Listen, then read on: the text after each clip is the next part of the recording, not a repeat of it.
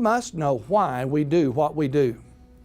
When we ask the why question, we begin the process of reviewing our strategic plan. Let's start with framing the context for our strategic plan. Our plan was created within the larger context of a denomination. A comprehensive study identified 4 key areas for church vitality. They are effective pastoral leadership, spiritually engaged laity who assume leadership roles, offering a mix of worship opportunities, and offering multiple small groups and programs for children and youth. From the study emerged 4 areas of focus for the church.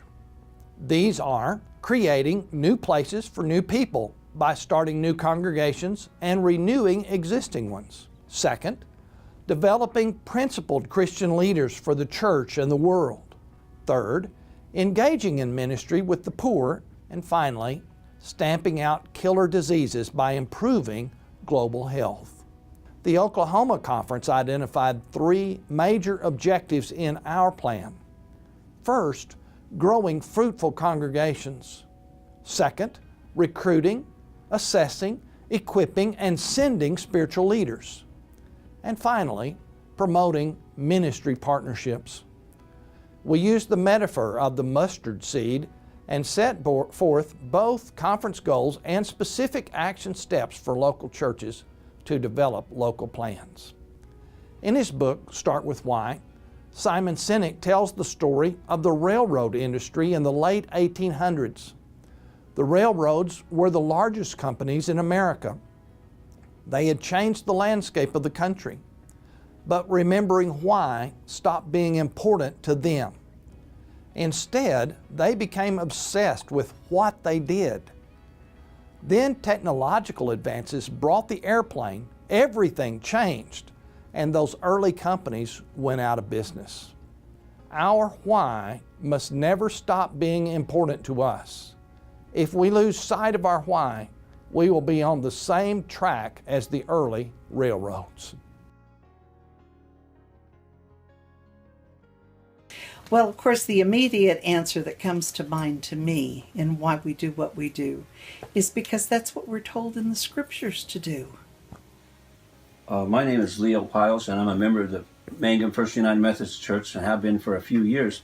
We were working with a lot of the DOC people who were allowed to come to our church and who were involved here, and we had Bible studies for them. We had different programs for them.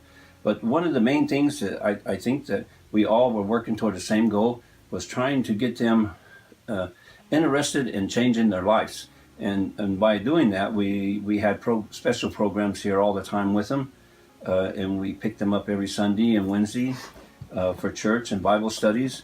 And one of our main goals that I've always thought was if we could plant a seed in them, just enough of a seed planted in them to get them started into looking in the Bible. It's awesome. It really it's for me, it's because not only am I trying to help them, but I continue to help myself every day too, to keep myself straight and sober. And when I see them even starting to think about maybe doing something different, then it even reinforces me into make myself doing different. So that's why I really enjoy working with them all the time, anytime. And never in a million years did I ever think that I would hear that I was a blessing to have around.